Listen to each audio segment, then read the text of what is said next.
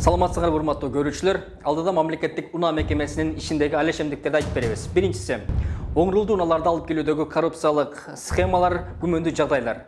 Анан кийин өздөрү оңго которуп алышат. Бизден уруксат сурап элечи. Сол менен оформдечи. Где-то ДТПга участник ДТПнан ошонун бир аз эле бир 20-30%га жетпей. Республика боюнча авариялардын 70%, 80% жалаң оңрулдуу машиналардан болуп атат. Президент сөзүн жокко чыгарасыз ошондо. 70-80% деп. Примерно мен ойлоп атам да. То есть машины еще не выпустили, но его уже в Кыргызстане оформили в 2005 году. Экинчиси, бир эле унаага бир жылда бир эле жолу салык төлөш керек болсо, булар каттоо малда экинчи рет салык төлөтүп атат. Бир эле жолу төлөш керек. Бир эле жолу төлөнөт. Бирок бул жердеги кызматкерлер салык төлөсөң дагы чегиң жок деп дагы бир жолу төлөтүп атат. Үчүнчүсү, унаа мамлекеттик мекемесинде узун кезек, бюрократия, кызматкерлердин билим деңгээли жетишсиз. Жарандарды кантип булар жүдөтүп атканын көрсөтүп беребиз. 1,5 саат убактым калат, кайра кассага келип төлөгөн азыр. Кыргызстанда оңрулдуу унааларды алып келүүгө 2015 жылдан бери тыюу салынган. Бирок ага карабастан Кыргызстандан жылы жапжаңы оңрулдуу унааларды көрүүгө болот. Блогерлер, журналисттер ар кандай күмөндүү жагдайлар менен кирип калган оңрулдуу унааларды сүрөткө тартып, карчектен алар тууралуу маалыматтарды скрин кылып, элге сунуштап атышат. Ал талкуу жаратып атат. Только что мне выслали вот такую информацию. Видите, тут машина Toyota Estima 01 KG 265 AKL. Год выпуска 2008. Первичное оформление было в 2005 году. Представляете? То есть машину еще не выпустили, но его уже в Кыргызстане оформили в 2005 году. Это открытое издевательство государства, которое не может контролировать. Бул боюнча мамлекеттик унаа мекемесинин директорунан суроолорду узатып жооп алганы барсак, ал ордунда жок экен. Ага байланыштуу анын ордун басарынан жана бөлүм башчылардан сурадык. Эми алардын жообун угуп көрүңүз. Мына многу мисалы 2021 жылы катталды деп турат. Оңрулдуу унаа Honda Fit мисалы. Ушундай окуяларга чара көрдүңөрбү өзүңөрдүн кызматкерлериңерге? Кайсы бир жерден катталды да бул эми? Ооба. Булар баякы справа деп атпайбы азырчы? Мындай болуп калышы учурлар болду да. Машиналар оңрул менен келишет. Оңрул менен жок, сол руль менен келишет. Баягы оформдетип келишет. Анан кийин өздөрү оңго которуп алышат. Бизден уруксат сурап элечи. Сол менен оформдетишет. Бизде бүт барды берди, базада бар да. Байке мисалы сол руль менен келген машинаны оң рульга которот дегенге сиз ишенесизби мисалы? Ал кереги барбы жаранга мисалы? Эми аны сиз өзүңүз сурабайсыз берди. Сол менен келишет да бизге биз сүрөткө тартып алабыз азыркы чейин. Сол руль менен келип алып оң рульга которулгондо эмне кажети бар аларга мисалы? Оң рулдун баасы дагы бизде арзан. Элдер сол който албай жүрөбүз да биз баардыгыбыз. Оң рульга мына тыюу салып коюпчу турабы? Анан сол руль дагы менен киргизип алып, анан кайра оң рульга которуп коебуз дегенге канчалык мындай ишеничтүү дейм да. Эми ошондой жарандар бар экен. Так негизи өзүңүз деле көрүп жүрөсүз да, базарларда деле оңрулдуу унаалар, жылы жаңы унаалар кирип калып атат. Ошолар боюнча негизи чара көрдүңөрбү? Кайсы бир сотрудник жоопко тартылдыбы? Биз булар боюнча материалдарыбыз бар. Мыйзам чегинде чара көрөбүз аларга. Жумуштан кетишет. Анан кийин материалдарды прокуратура органдары, милиция органдарына беребиз. Канча окуя катталды мисалы 2000? Эми азыр менде так маалымат жок. Сиз келип эле сиз суроо берип атпайсызбы? Мен маалымат кызматына алдын ала сурагам негизи. Жазгам. Сиз мен сизге эмне суроо десем, сиз айтпай койдуңуз азырчы. Ага чейин даярданат элем азыр, берет элем сизге. Мени күтүп туралы. Мына азыркы учурда биз берген суроолорго так жооп бере албай калдым, даярданган мүмкүнчүлүк белгиле деди. Азыр даярданып атышат.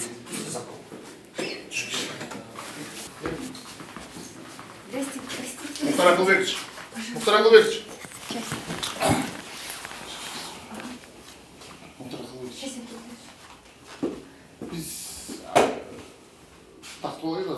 Чыгып турайлы. Сөйле, сиз калып турдуңуз азыр. Жок, мен кала албайм. Мен же камера менен кирем, же камера менен чыгам.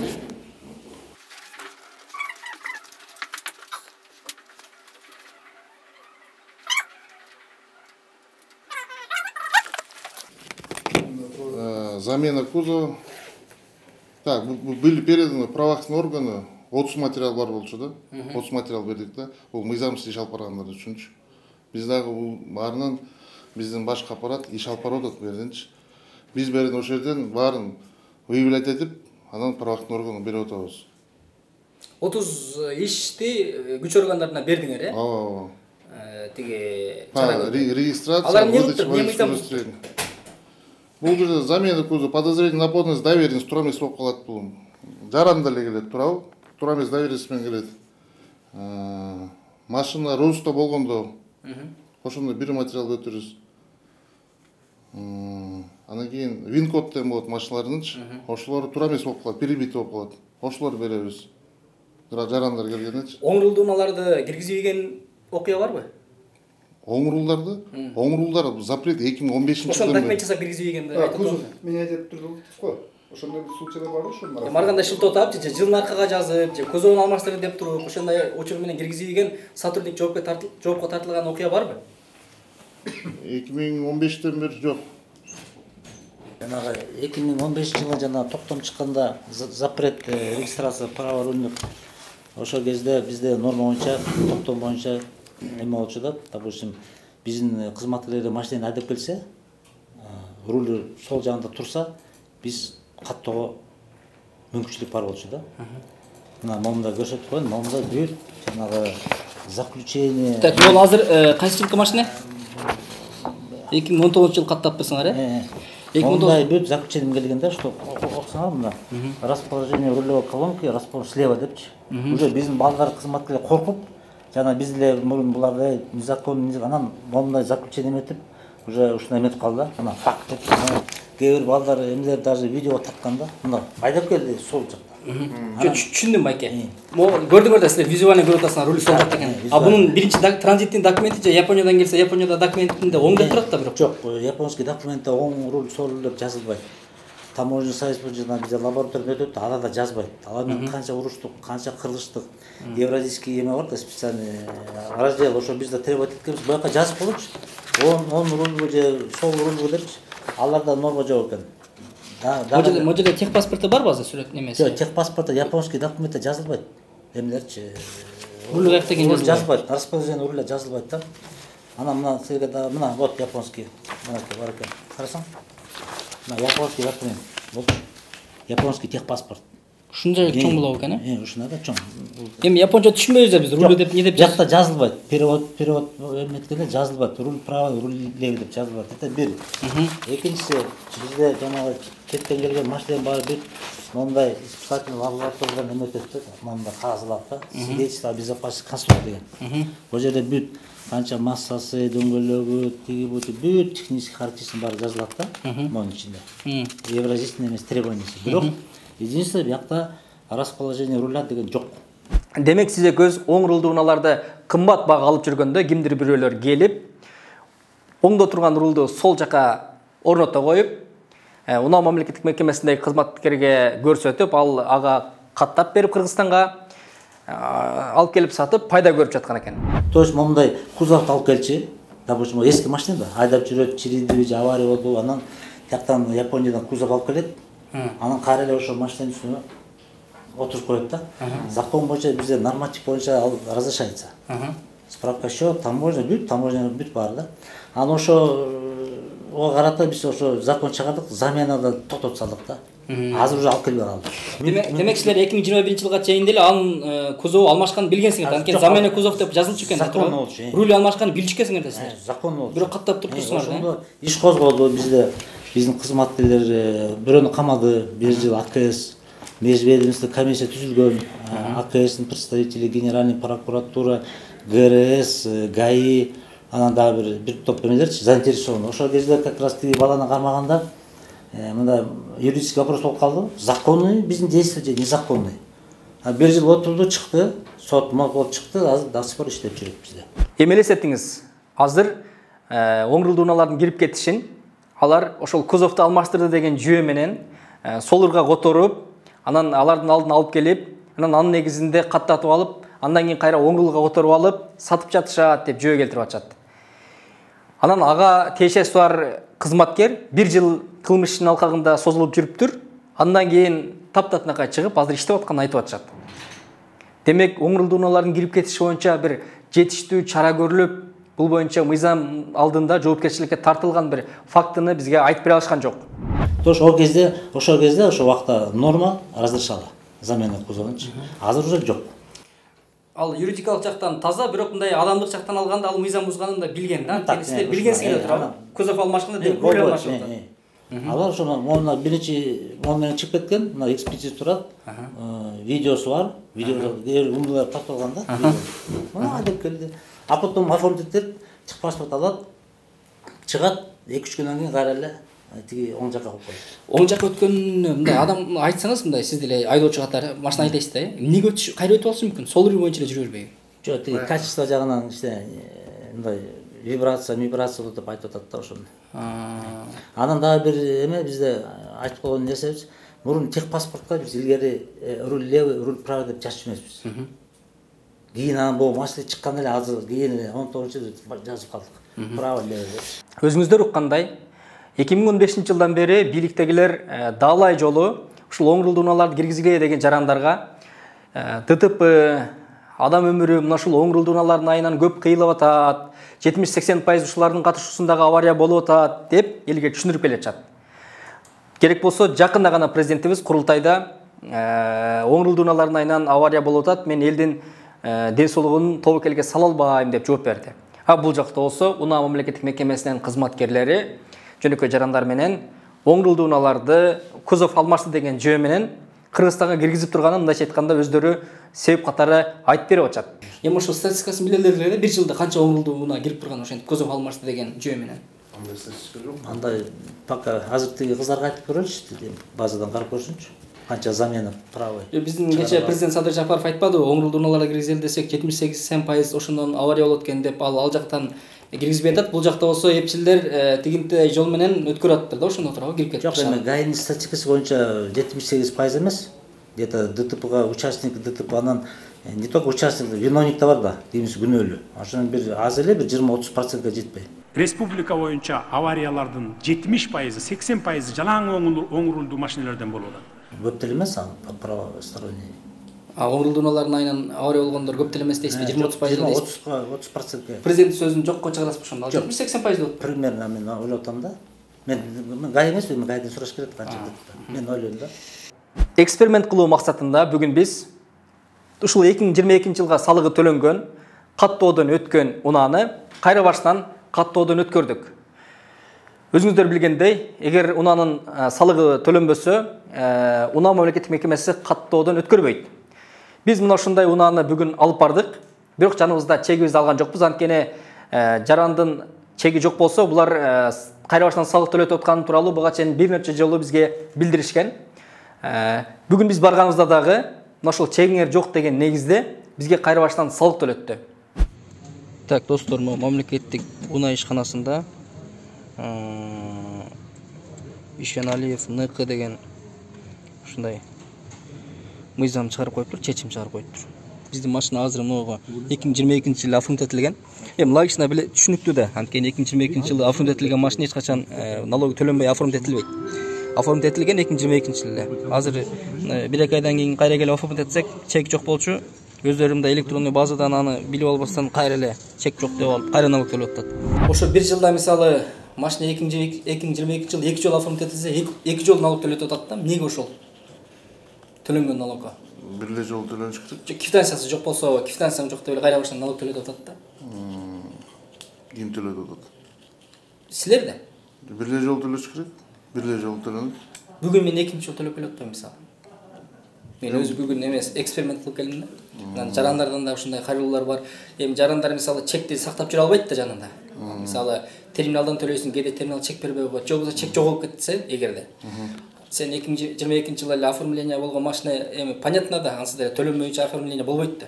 Анан ошондой машинаны кайра бир тууганыңа же оформить этейин десең, чек жок болуп калса, кайра баштан төлөтүп атат да. Мынакей машинага салыкты төлөп келдик, эми печат коюп берген атат. Бул жакта дагы толтур адамдар бар экен, ошол чегин жоготуп берип, айла жок кайра баштан дагы салык төлөп атканчы. Негизи мыйзам боюнча бир унаага бир жылда бир эле жолу салык төлөнүш керек. Бирок бул жердеги кызматкерлер салык төлөсөң дагы чегиң жок деп өздері кандайдыр базадан текшерип билип албастан аны бизге дагы бир жолу төлөт атат. А бүгүнкү күндөгү жарандардын укугучу анда 2 жолу төлөп калып аткандыгы. Эми азыр бир эле жолу төлөнүш керек. Квитанциясы жок болуп калсачы эмне кылыш керек? Эми жанында алып жүрүш керек да. Жок болуп кетсе, жоголуп кетсе мисалы. Жок болуп кетсе кайра эми алыш керек да квитанция төлөнгөн депчи. Налог болгондо мына төлөнгөн депчи. Жок эми ал мисалы жаранды өтө эле баягы жарга такып койтасың да ал мамлекеттин алдагы милдетин аткарып салыгын төлөп атат да. Туурабы 2022-жылга. Болду да ал кутулду да ошол жерде туурабы? Мындайча айтканда. Анан кайра машинасин которуш керек болуп калса, экинчи жолу төлөнүп атат. Эми урматтуу журналист мындай дейм, кээ бирлер төлөдүк деп төлөбөгөндөр бар. Туурабы биз билбей жатпайбыз азырчы, туурабы? Азыр база менен ушу иштеп атабыз. Төлөдүк. Анан кийин баары төлөгөндөр мына төлөдүк деп барат.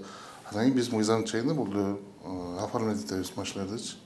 Анан кийин андай көп случайлар бар. Төлөдүк деп, эмнеге төлөйбүз депчи. А мындай карап көрсөң төлөбөгөндөр да көп болот да, ошондой. Эми ошону аныкташ керек да. Бир электрондук база аркылуу президент бизде талап коюп атпайбы туурабы? Кагаздарды көтөрүп планшетке өткүлө, мага окшоп деп атат. Санарипке өткүлө деп атат туурабы? Бюрократияны азайткыла деп атат туурабы? Бул жерде адамдык факторду кайра көбөйтүп атасыздар да. Эмнеге аракет? Канча жылдан бери келет атпайбы? Качан өтөт бул? Ал жакында иш алып жүрүп атат азырчы мамлекеттик салык кызматы менен. 1 айбы, 2 айбы качан? Жакын арада болот да. Ошо убактысы качан? Эми алар база бир эле эмеч керек да анычы. Иш жүрүп атат азырчы. Алардан кат жөнөткөнбүз аларгачы. Ошондо салык кызматы күнөөлүү ким? Салык кызматы базаны бербейт абы Салык кызматын биз күнөөлөгөн жокпуз. Ортобузда биз эме болуш керек да, бир база болуш керек да. Ошол менен иш алып барып атабыз азыр. Эгер сиз быйылкы жылга унааңызга салык төлөгөнүңүздү чегиңиз жок болсо, эч кандай жол менен далилдей албайсыз. Онлайн түрүндө кандайдыр бир номерди терип текшерүүгө дагы мүмкүнчүлүк жок. Же ошол унаа мамлекеттик мекемесинде отургандар өздөрү бир онлайн түрүндө текшергенге такыр шарты жок. Сиз ал чегиңизди алып келиш үчүн эгер баягы магазиндерде, көчөдө турган терминалдардан төлөгөн болсоңуз, ошол терминалдын ээсине барып, ошол чекти сурашыңыз керек. Качандыр бир убакта төлөнгөн чекти алар чыгарып береби, чыгарып бербейби, бул дагы маселе. Экинчиден, эгер сиз банктан төлөсөңүз же Кыргыз почтасынан төлөсөңүз дагы ошол чекти чыгарып алып келип, анан далилдешиңиз керек. Аны үчүн эмне деген убакыт кетет. Мына ошондуктан жарандар ошончо убактысын короткусу келбей, андан көрөк баш ортпай деп эле унаа мамлекеттик мекемесинин кызматкерлери койгон талапты аткарып, унаасына дагы бир жолу салык төлөп коюшат. Унаа мамлекеттик мекемесинде илгертен эле узун кезек, бир жүдөө кызмат көрсөтүү бар экени эл ичинде белгилүү. Бүгүнкү күндө дагы акыбал анчалык жакшырган жок. Бүгүн биз мисалы унаабызды кайрадан каттоого коюп атканыбызда, ошол жердеги кызматкер жаңылыштык кетирип, баягы документти туура эмес толтургандыгына байланыштуу процесс аягына чыгып калганда, анын баары жокко чыгып, биз кайра башынан баягы документти кайра башынан толтурдук. Анын негизинде биз 1 сааттан ашык убактыбызды короттук. Биздин жумушубуз создугуп кеткендигине байланыштуу артыбызда узун кезек пайда болду. Алардын дагы убакыты салынды. Эмне туура эмес болуп калыптыр, айтыңызчы мага. Кайра башынан чыгарып келди болот. Муну мен чыгарып келбейм да, муну деген отменага заявление жазасың. Мындай волокитасы толтура. Анан отмена жазайсыз. Значит, неправильно ручку дали. Так мен булар эмнени документти бир марсаны эптеп оформлять ете алмастан документти кайра толтургузуп. Отменага обязательно заявление. Заявлениеси жок, отмена жаза албайм да мен. Мен заявление эмне деп жазам? Тигилер туура эмес толтуруп коюптур деп себебин көрсөтүш керек да. Көрсөтөсүң, как по. Муну отмена кылыш үчүн заявление жазыш керек турбу? Ким жазат заявлениени? Ким жазат заявлениени? Неге мен жазам? Мен туура эмес жазбасам. Силер туура эмес жазсаңар. Бака, акча сиздики, сиз жазасыздар. Акча меники, бирок туура эмес жазган силер да. Могу туура эмес жазган, туурабы? Эмнени туура эмес жаздыңдар? Айтып түшүндүрүп берчи мага. Бизге бүгүн жаңы сотрудник которулуп келди. Башка отделден. Анын базасы бул жака ылайыктуу эле экен. Ошо бака ылайыктап берсин. Мына бул экен жаңы которулуп келди бүгүн эртең биринчи жолу келип атат. Азыр бунун баарын удалить этип биз жакта. Мага ким күнөөлүү мисалы? Киргизбегенге. Күнөөлүү эмес эч ким. Бул жерде котор эле экен эчтеке базасын байке сизге дагы бир жолу түшүндүрүп айтып атам. Азыр силер таза кызыксаңар го, базасы котор элек болуп, анан эмне жумушка чыгарасыңар? Базасы котор элек, кызмат кылганга, элди тейлегенге мүмкүнчүлүгү жок болуп атса, шарты жок болуп атса. Я извиняюсь. Просто вот так получилось. Кетирели деген ой.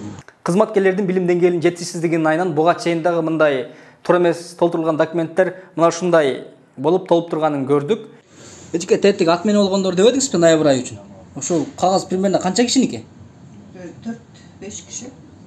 4-5 кишиники эле ушунча кагаз болот. Калың го. 4-5 кишиники эле? 3төн ар бир 3төн 4төн мына. 10 киши барго жок дегенде азыр санайлыбы экөөбүз? Зачем? Жөн эле маалымат алып атам эчке. Муну токтотуш керек да мындайды. Сиздин күнөөңүз жок, мен түшүндүм, бирок тетиги жактагылар ай сайын ошонча кишинин убактысын жөндөн жөн эле ала берсе, мен мисалы 1 саат убактымды алып атат азыр. Ооба, эми азыр Жөндөн жөн. отмена кылат. Отмена кылганда эле резко эле кайра эле началать этет. Каяктан элдин баары күтүп атат ушул жакта. 1 саат болду. Эже бул кишиники көпкөбү же? Жок, өткөзө беребиз. Сиз жумушка болуш керек. Андай случай көп экен аябай. Ноябрь айында эле момунча кагаз жатат. Ошондо отмена болгондорчу. Жарандардын мындайча айтканда жумушчулардын мындай билим деңгээли, өзүнүн жумушун билүүсү жакшы эмес да. Анын негизинде жарандар мындай убактысын коротуп атат да. Ан сайын. Буга кандай чара көрөсүздөр? Бунун баарын такташыбыз керек. Эми бул сиздин айтымыңыз боюнча да турабы?